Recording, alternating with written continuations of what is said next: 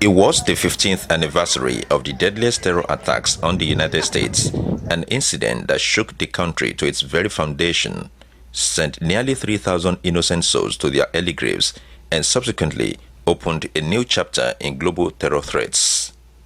As a people, Americans have in the last 15 years lived with the pains and anguish of the unfortunate incident, even as the global community today becomes more vulnerable to terrorist attacks, as recently experienced in countries like France, Belgium, Northern Ireland, Denmark, Colombia, Australia, Turkey, some African countries, and even the United States itself, to mention but few. The annual commemoration of the unfortunate incident has, however, given the country and her people the opportunity of recommitting themselves to their shared values.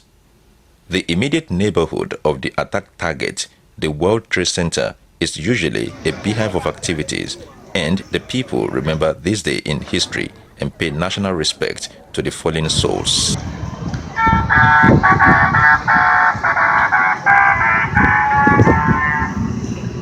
Even though the immediate premises of the World Trade Center was closed to the public, with families of the attack victims among the very few allowed entry, the people were coming out in their numbers and milling around the center in show of love and respect to the departed souls.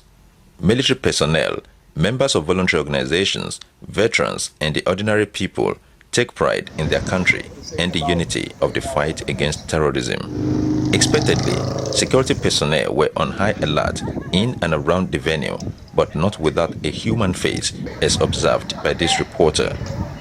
An interesting part of the unofficial commemoration, however, was about this young man who had been on a hunger strike on what he called the 9/11 myth. He spoke of what he wished for.